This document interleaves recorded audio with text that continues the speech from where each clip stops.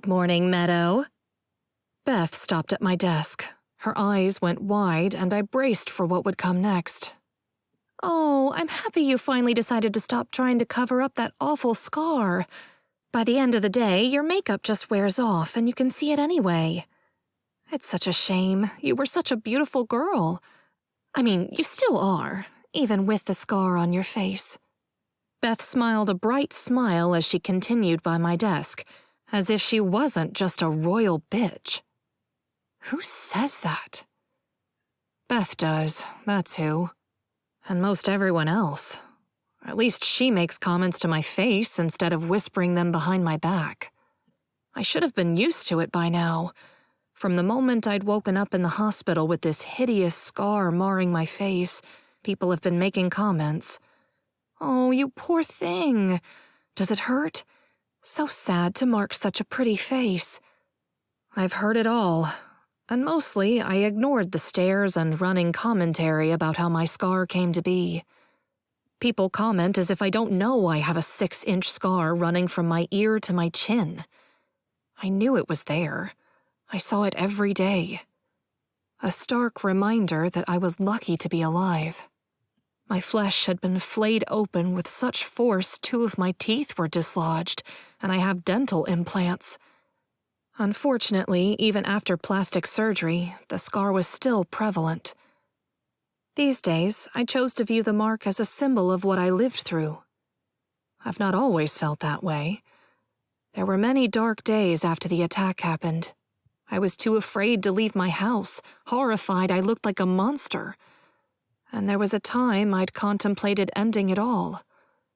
I might have if it wasn't for a very special woman who I'd clung to like a lifeline.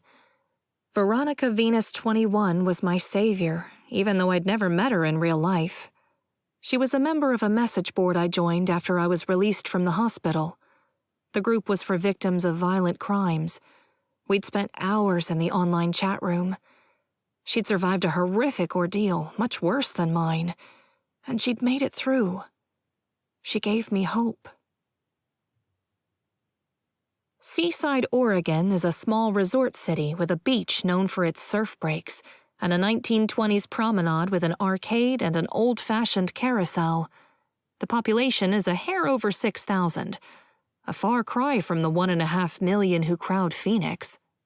The air is different here too, fresh and bracing, filled with the scent of salt and pine instead of smog and stone baked by the unrelenting desert.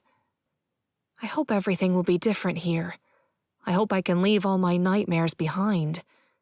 Preoccupied with thoughts of all the work that needs to be done to the house, I drink my coffee and eavesdrop on conversations, trying not to wonder what Cass would have to say about this place, how he'd be bouncing off his stool with excitement. It's several minutes before I realize I'm uncomfortable. Surprised by the intensity of the feeling, I glance around. None of the patrons are looking my way.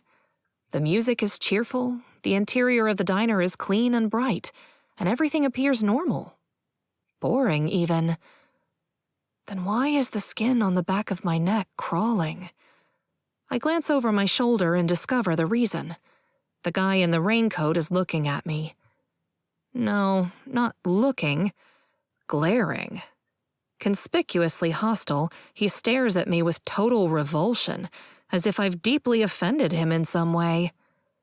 Cold, hard, and utterly black, his eyes are like obsidian.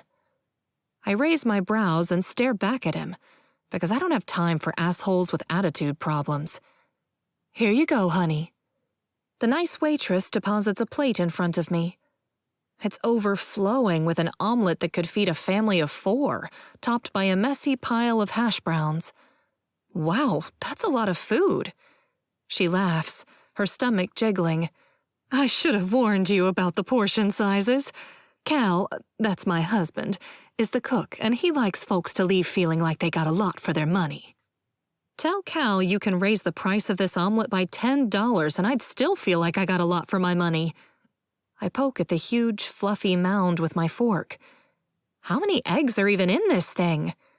She chuckles. Who knows? I gave up trying to get him to follow recipes years ago. I hope you like it, honey. I'm sure I will. Thanks.